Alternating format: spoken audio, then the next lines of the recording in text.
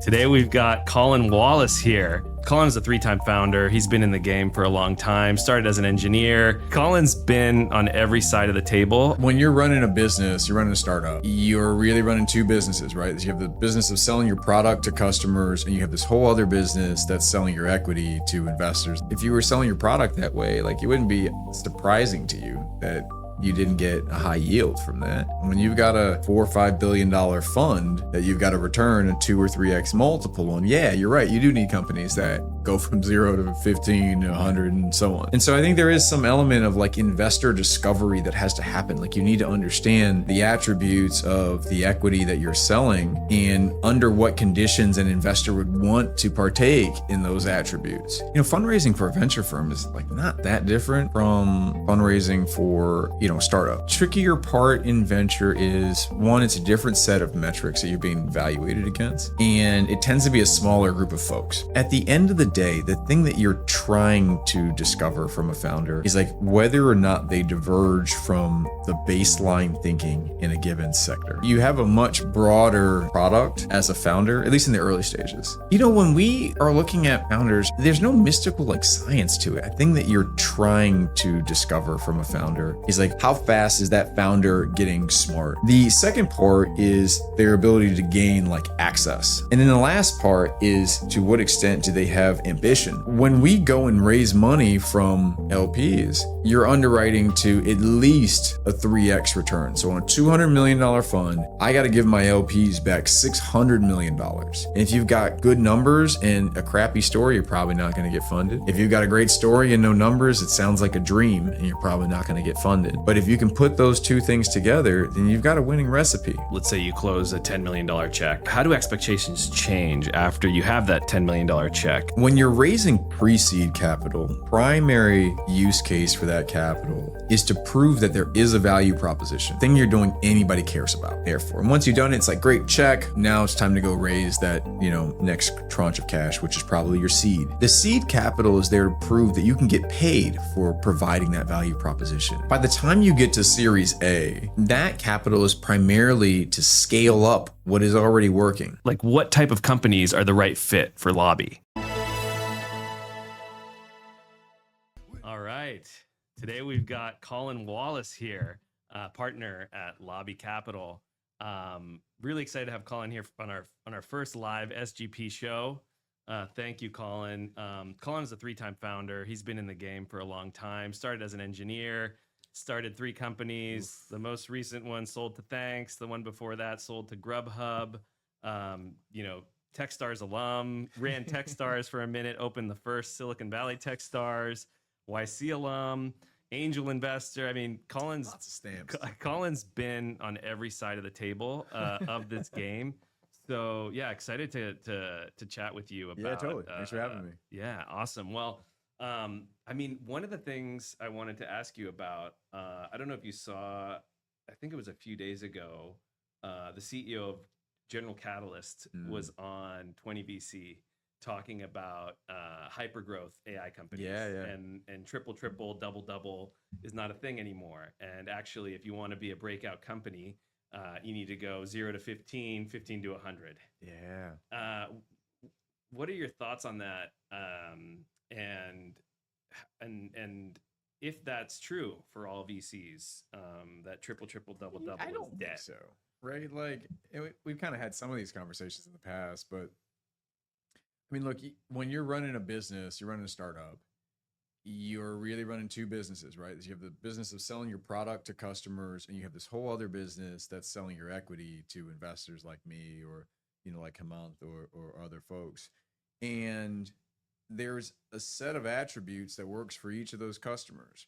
And for us as investors, it's no different. Like, we're not all buying the same things. We don't all need the same things. When you've got a, $4 or $5 billion fund that you've got to return a 2 or 3x multiple on, yeah, you're right. You do need companies that go from 0 to 15 to 100 and so on. My firm doesn't need that. And we aim for it, right? Like, we still deliver, I think, similar outcomes. But I think we're also very sober about like, where is there value to be created in those investments that maybe doesn't look like that. And so I think there is some element of you as a founder doing like investor equity fit, right? The equivalent of that. And yeah, for GC, like there's a certain product that they can consume, and there's a bunch of products they can't. It just like they can't metabolize them. Andreessen Horowitz is probably very similar, Sequoia, and I think a lot of it's driven by fund size. A lot of it's driven by like the multiples that they're underwriting. So like how much cash their LPs expect them to return. So I wouldn't let that scare everybody away. Like if your company does not look like a vertical hockey stick of revenue 3 months after founding, like it's okay. Just keep pushing. Like it'll all be all right.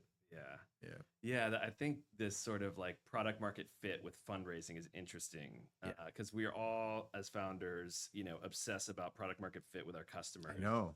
And don't care about investors. Like everybody's like, until you need the money, then you're like, oh, I need to know investors. Like, why won't they return my calls? Yeah. Well, I mean, usually we run a playbook that we either learned from a mentor, an investor, or YC, YC, Techstars. Like, there's different playbooks, right? For your seed round, there's different playbooks now for Series A. Yeah. Like, but I know I never really did this. Like, stop to think about, okay, there's 2,000 VC firms in the Bay Area, maybe, or in California. Yeah, there's about 2,000 in the Bay. It's about 4,000 in the whole country. Yeah. Yeah. So there's 2,000. I need to raise $2 million. Yeah. I'm gonna go pitch them all the same. I need 3 of them. I need 3 of those. I'm gonna treat them all the same. Yes. Like there's ones who have $10 billion of dry powder. And then there's ones who are like, some doctor or dentist, like family office, and they've got $500,000 to deploy. But I'm gonna treat them all the same. I'm gonna give them all the same pitch. I'm gonna send them all the same email, and then be surprised when like the first 50 out of 52 or 3 pitches don't land. It's like, well, if you were selling your product that way, like it wouldn't be surprising to you that you didn't get a high yield from that, right? You got a segment. But, folks, I think a lot of times as founders, I didn't do that work, to be totally candid. I didn't know any better.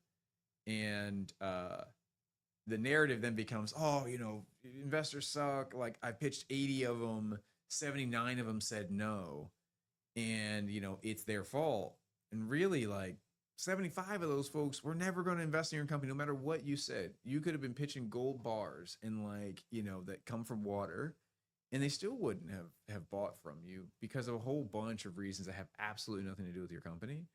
And so I think there is some element of like investor discovery that has to happen. Like you need to understand the attributes of the equity that you're selling and under what conditions an investor would want to partake in those attributes. And what I think Hemanth was saying with General Catalyst is like, these are the attributes of the things that we're buying. We're in the market of stuff that like can consume a ton of cash, can spit out like marginally more cash than it consumes at really big volumes. And like, that's what we like to eat. That's the kind of shop that we are. In our case, like we look for things that are a lot more like capital efficient. I mean, I've got a number of companies that, are pushing out, 8-figure revenues, and they've got teams of 5 folks, and like, they're not consuming a ton of cash. And like, we don't want the dilution that comes from those rounds. Like when a company does have to, sort of incinerate large quantities of cash, it's a different strategy. Yeah.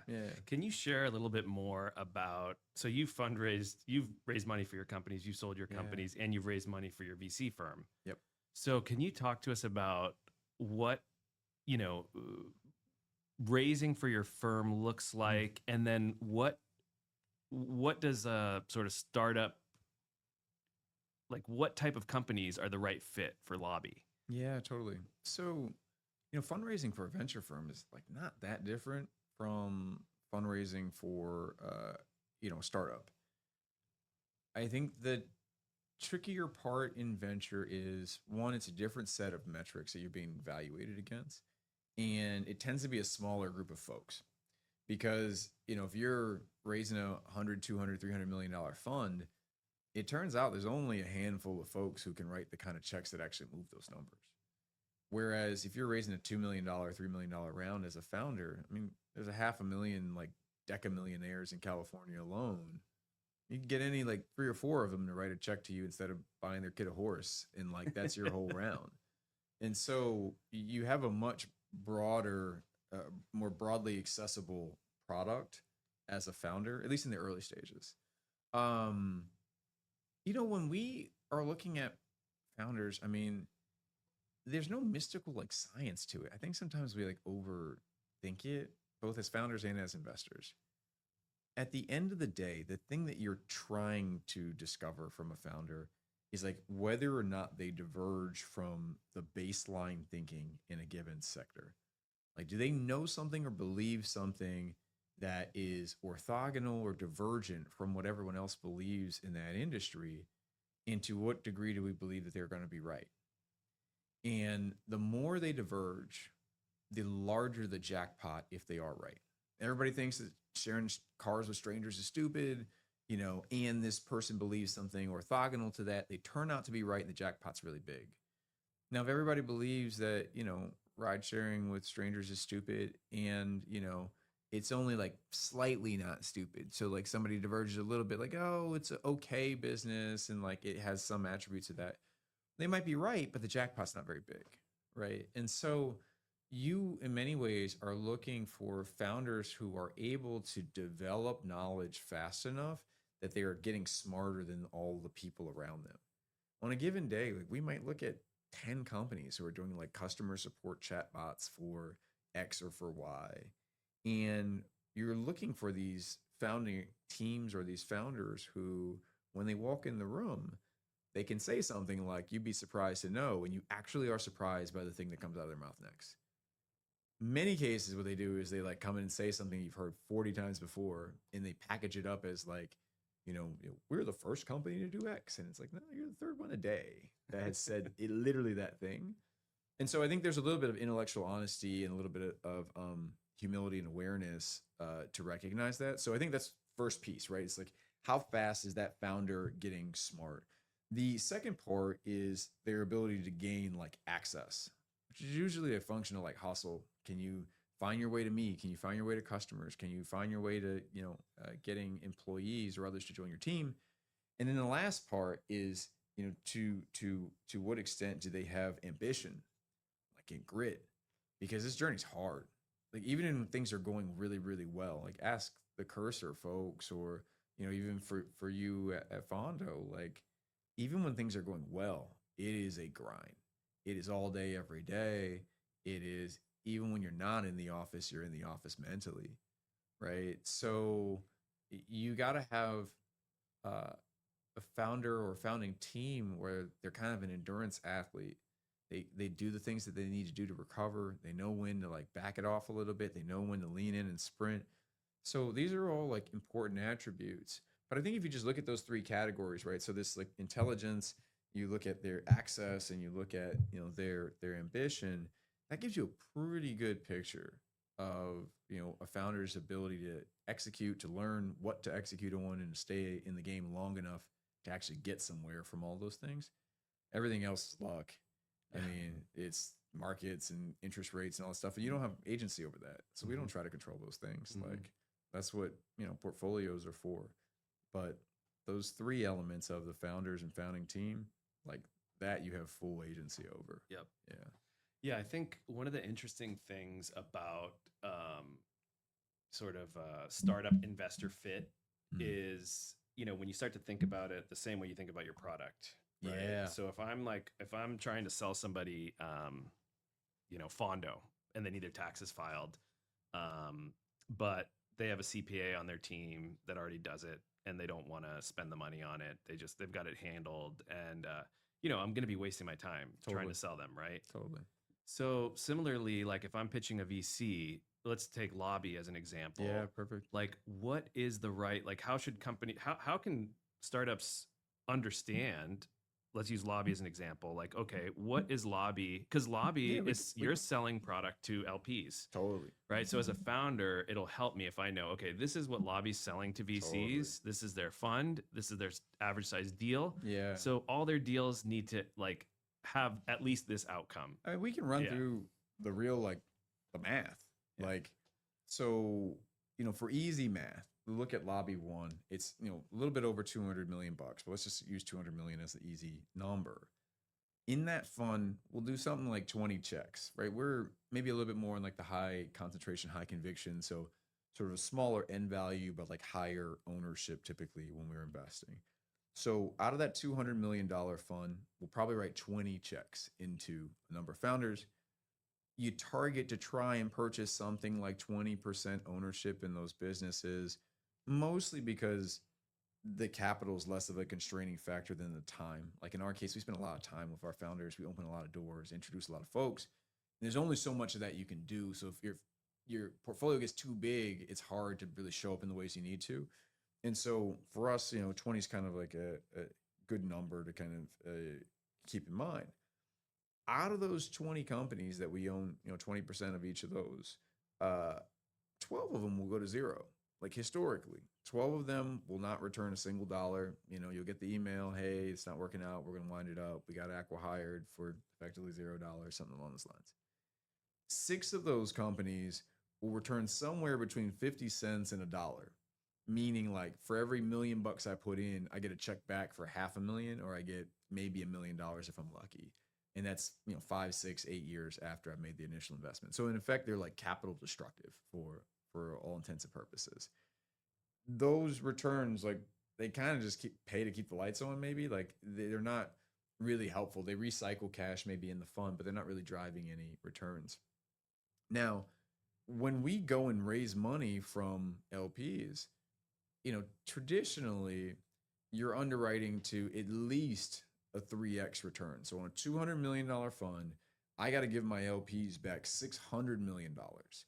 Then generally you have carry on top of it, right? Which is our like piece of the returns that we generate from companies. And that's usually 20%, in some cases like 30 if you're like really crushing it. Or if you just have a lot of leverage in the market. So I got the 600 million I got to give back to my LPs. I got another 120 million. That's my set of fees. So all in, I need $720 million to come out of this fund of these like 20 portfolio companies. So when we talk about 12 of them going to zero and 6 of them basically returning effectively zero, right? Between, again, 50 cents and $1, the bulk of the returns in that fund come down to like 2 companies. So again, if we're kind of backing into the math here, I got $720 million I got to return. I bought 20% of these companies, 20% of ownership in these companies. By the time I actually get to liquidity, I probably own half that. I probably own 10%. So I got 10% ownership when they IPO, or they get bought by Thoma Bravo or KKR or whoever. And so I need that bundle of those 2 companies to be worth $7.2 billion on paper, right? In order for me to get my sort of 720 out of that 10%, which means each of them's got to be worth $3.6 billion, right? And if we go one step further, depending on the vertical that you're in, that will translate to a multiple based on your revenue and your growth rate. So if we're kind of averaging it out, like to be a $3.6 billion business, you got to be doing $100+ million a year and growing at least 30%. And so when a company comes in and says like, hey, we think that we can get to $50 million of ARR, it's like not interesting. Like, and you should totally do it. And like, it's a great business for you, but not a great investment for us, because the world in which we exist as VCs are ones where like, I need the jackpot on the winners to pay out to such a massive degree that it pays for all the 12 that couldn't get across the finish line, the 6 that limped across the finish line, and then pays all of my LPs and our firm and our fund and all our operating costs and all these other things. That's massive amount of weight, which is why like the burden on the founders is like very high. And it's a very small set of businesses that actually can support that kind of free cash flow and output. And so like there's a lot of companies that come in, they just don't look like that. They're great businesses. And I think sometimes I feel bad because a founder will think because you're saying no that you don't like their business, or you don't like them, or that you don't think that they will be successful. And it's none of those things in most cases. A lot of it has to do with our dynamics and like what exists within our portfolio or our fund structure. Yeah. I mean, it's such a good point. I think to go through that exercise, you know. And thanks Yeah. for sharing the details with Lobby and your fund, because that is, you know, when you understand those dynamics, you approach the pitch differently, Totally. right? And you approach, you know, when you ask a founder in the meeting, you know, what's your long-term vision? You know, what answer is acceptable when you're pitching a Yeah. $200 million fund? Yeah. Um, Because you either got to be that or you got to look like that. Like, and sometimes it's hard to distinguish between the two, but it is easy when you're neither of those. Like, you're not it and you don't look like it. It's an easy no. Like, we don't even Yes. need to talk about any other attributes of your business, because like all of the other elements of discussion are about calculating the risk. Like, what is the likelihood that we don't get to that jackpot point, right? But if we know the jackpot is crappy to begin with, doesn't really matter Yeah. what the odds are. Yeah, I mean, because there's a lot of founders who are like, "Oh yeah, I want to eventually sell my company for 100 million. Like that's going to be huge. VCs are going to love Totally. that, And it will be right? huge for you. Right. It just won't be. Right. We but won't like, be and investors, I think, but have you had? I mean, this probably happens when founders are pitching VCs and they talk about the long-term vision. Yeah. It's like, oh yeah, you know, Meta would probably buy us for, you know, 100 or 200 million in a couple of Totally. years, right? And that's like shooting yourself. You don't have to say that, right? Like, so 100%. don't say that, right? It like What should people say about when they instantly disqualifies you. And it happens all the time. It's really unfortunate. Like, you know, because I don't think it's necessary, like you said, to say those things. Look, I'm not saying mislead the investors when you go in, but I do think, like any other sales pitch, you got to be clear on what your customer's buying. And like, if you want the sale, you got to sell what they're buying. You know.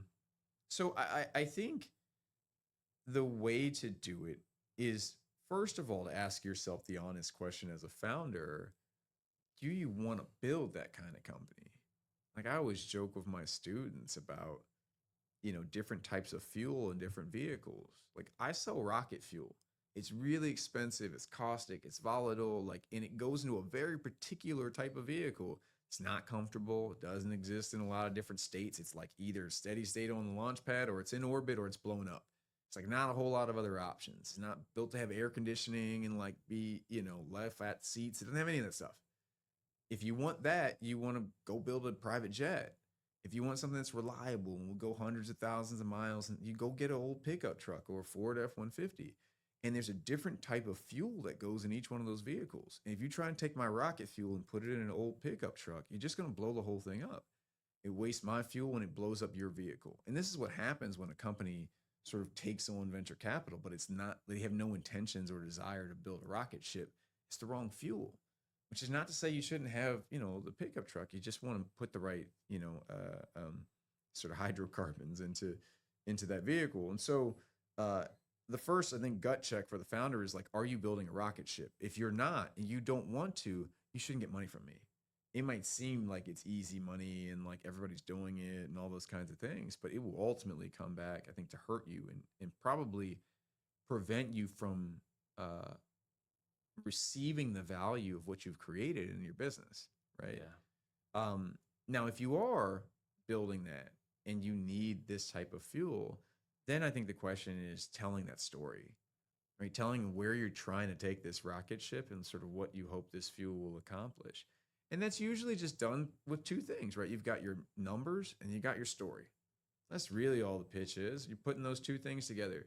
And if you've got, you know, good numbers and a crappy story, you're probably not going to get funded. If you've got a great story and no numbers, it sounds like a dream and you're probably not going to get funded. But if you can put those two things together, then you've got a winning recipe. And then it's just iteration.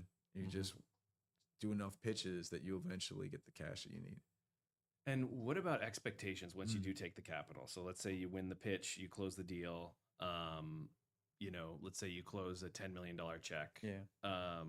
How do expectations change after you have that $10 million check? Like, what are you sort of, how do you sleep at night as a founder once you take that?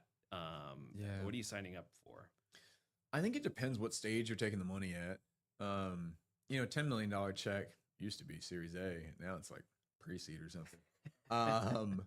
But I would look at each of the funding rounds as capital that you need to get to a certain milestone. And I'm going to talk about the milestones in a sort of abstract way. When you're raising pre-seed capital, the primary use case for that capital is to prove that there is a value proposition, like the thing you're doing anybody cares about, right? That's really all that money's there for. And once you've done it, it's like, great, check. Now it's time to go raise that, next tranche of cash, which is probably your seed. The seed capital is there to prove that you can get paid for providing that value proposition, that people are willing to give you cash in exchange for that value, and ideally show that there's some level of like consistency or repeatability to it, that like you can do it at will. By the time you get to Series A, that capital is primarily to scale up what is already working, right? So at that point, like, I've proven there's a value proposition, I've proven I can get paid for it consistently, and now I need to do more of that.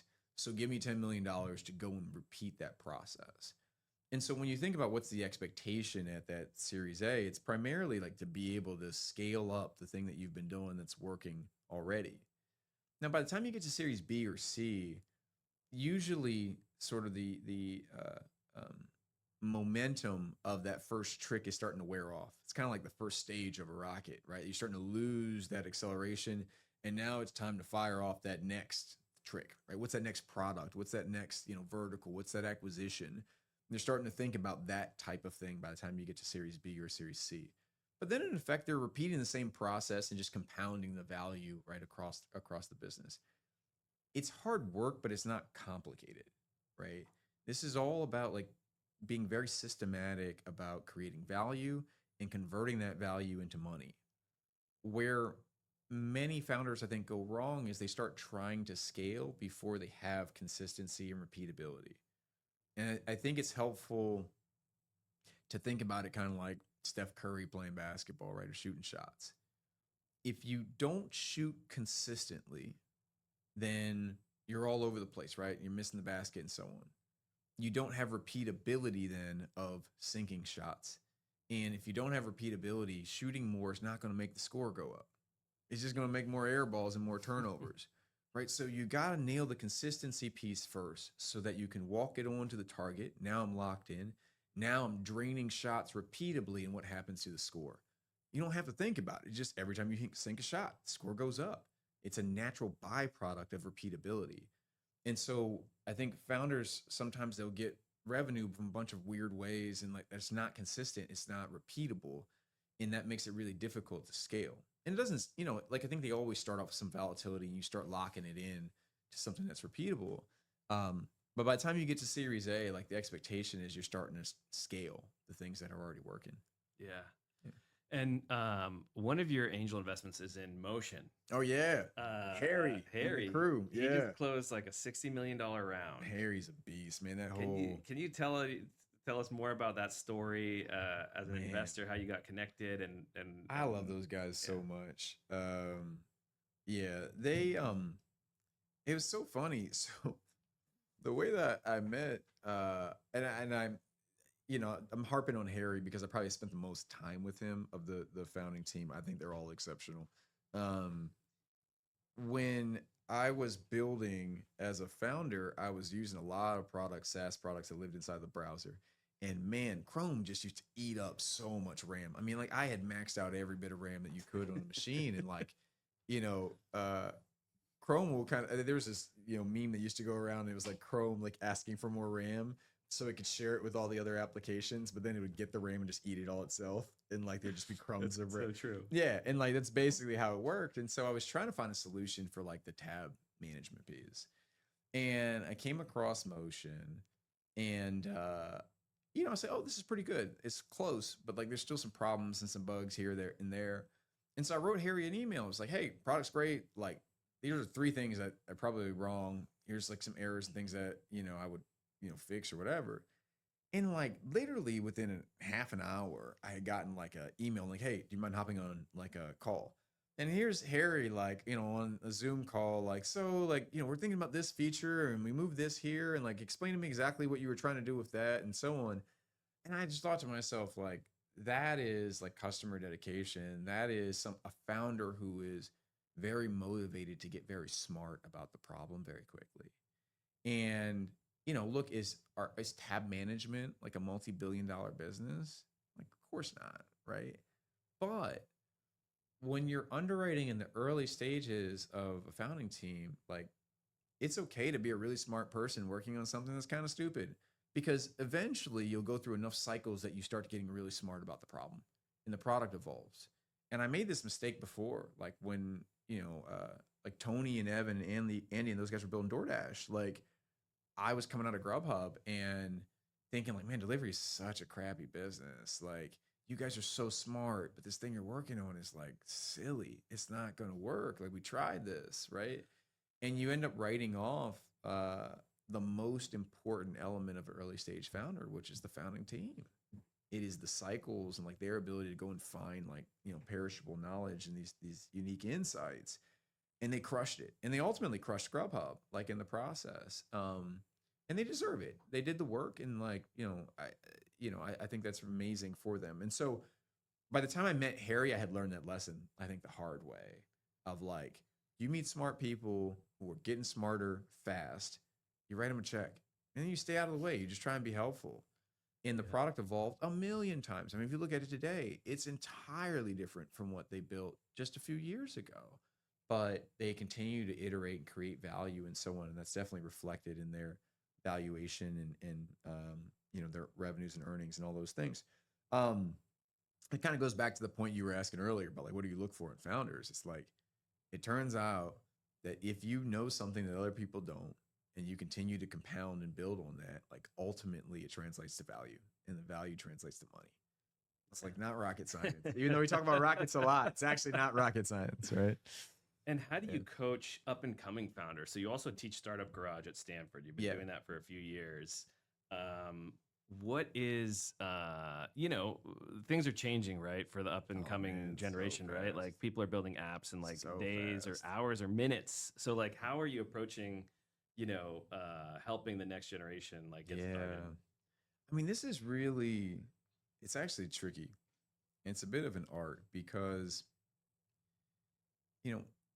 when you want to found a company or you want to solve a problem, it usually means that you're an exceptional person. Because you got to remember, like, the thing that you're looking at out of the 7.6, 7.8 billion people in the world, most of them saw that problem and just kind of walked past it. And we're sort of like, whatever. And there's a small handful of people that were like, no, I got to fix this. This cannot exist. This, I can't allow this to happen. And they've decided that they're going to take this on as their burden. By the very virtue of doing that, it has made you the exception to the vast majority of people in the world. But then what happens is you begin to project your view of the world through that lens of exceptionality. And it's not representative of the broader pool of folks. And so sometimes you can find yourself confused by like why they don't resonate with it the way you do. It's like, well, it turns out different people are actually different. It's a crazy idea. And so you have to have the humility to suspend what you think you know to be true, just like I did with Grubhub, right? Like, where I thought I knew way better than Tony and Evan, because like I had come from this world, I had literally invented like half of the tech stack for that business. I thought like there's no way that these guys have discovered something that I didn't see or uncover, in the time at Grubhub. Turned out that wasn't true. And so, I think for really smart people, that's a hard skill. We're so used to being the smartest in the class. Whoever raises their hand first or like gets to the answer and puts a big box around it, like that's the smart kid, that's the valedictorian, and that's what we all want to be. And it turns out to get smart, you've got to embrace knowing nothing. You actually have to go into an interview and not have preconceived notions about what that customer feels or what they think, and have the humility to ask the next question. Even though it seems like, oh, well, the answer to that's obvious, I don't need to ask that question. Like, no, you do.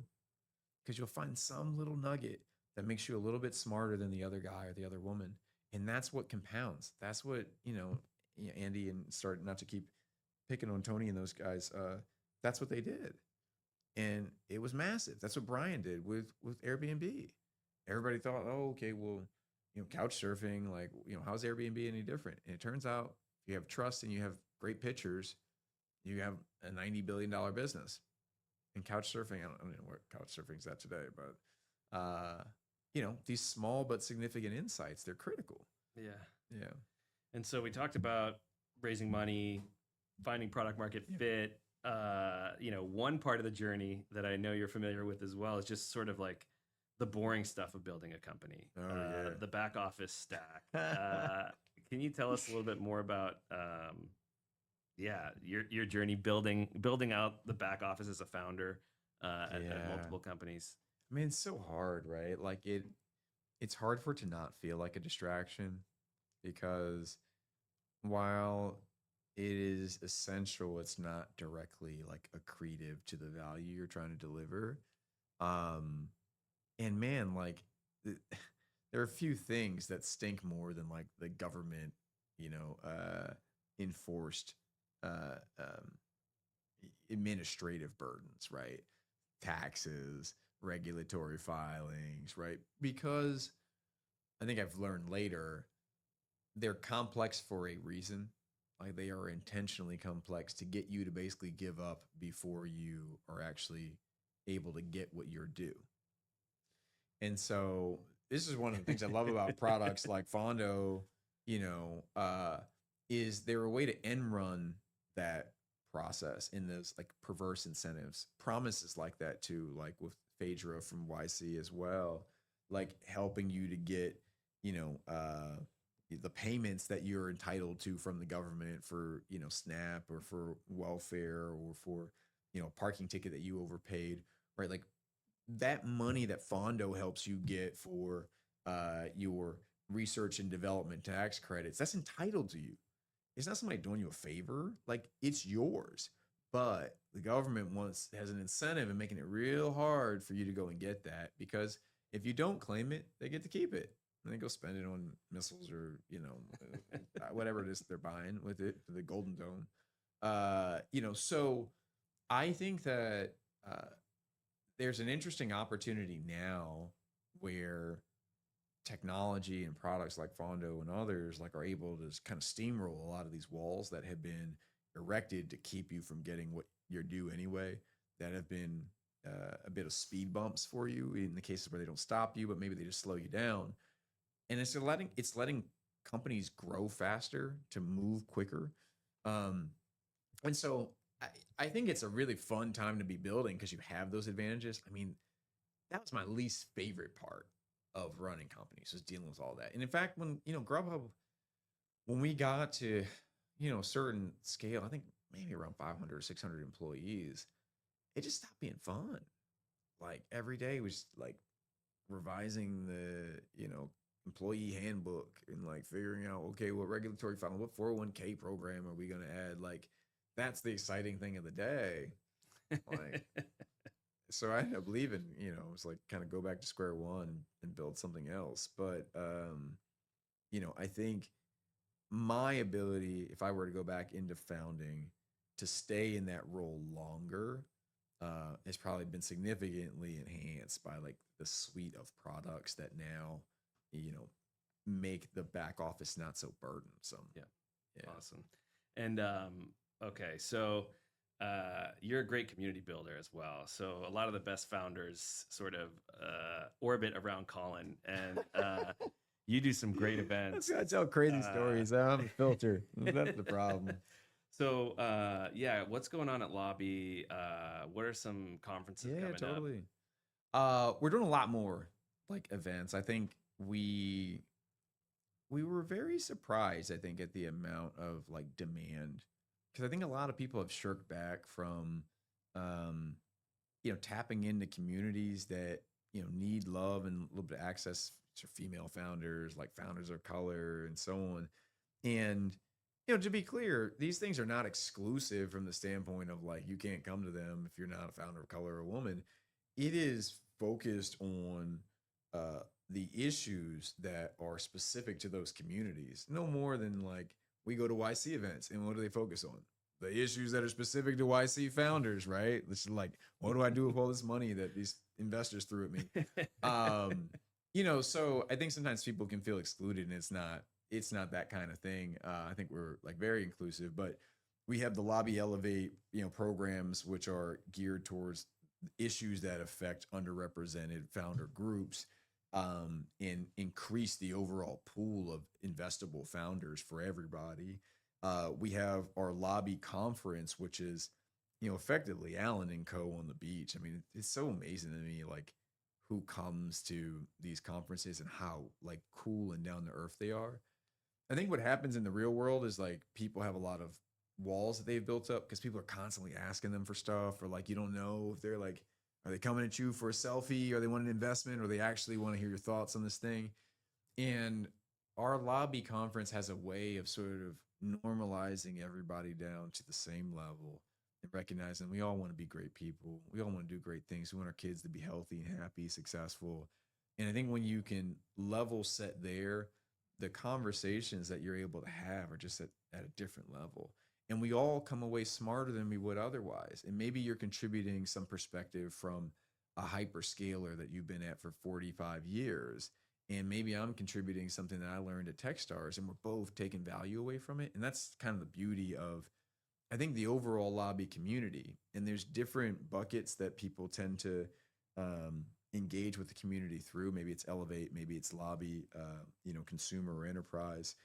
And then we have these pop-ups that we try to do to help introduce people to the community and understand it's not a cool kids club. There's a lot of VC investor stuff that's like, reminds me so much of the lunchroom in high school, where like there was a kid for the table for the kids who had Jordans, and then there was like a table for the kids who were athletes and so on. Like we don't believe in that.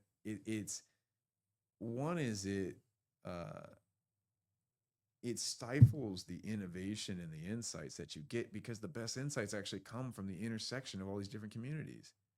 I mean, look at CRISPR is a great example. Like CRISPR didn't start out as a way for modifying, bacteria. CRISPR started out as an entirely different research project.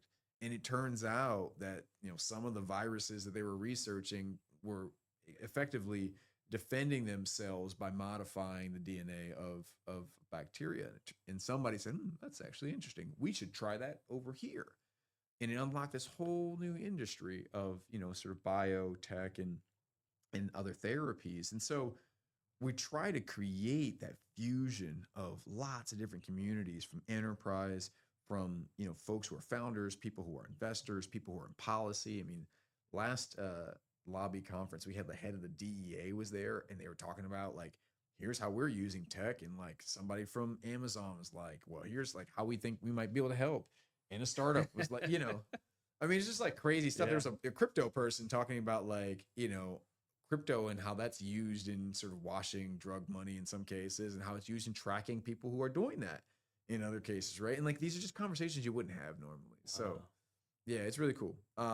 We have a user-generated conference or conversations, for Tech Week.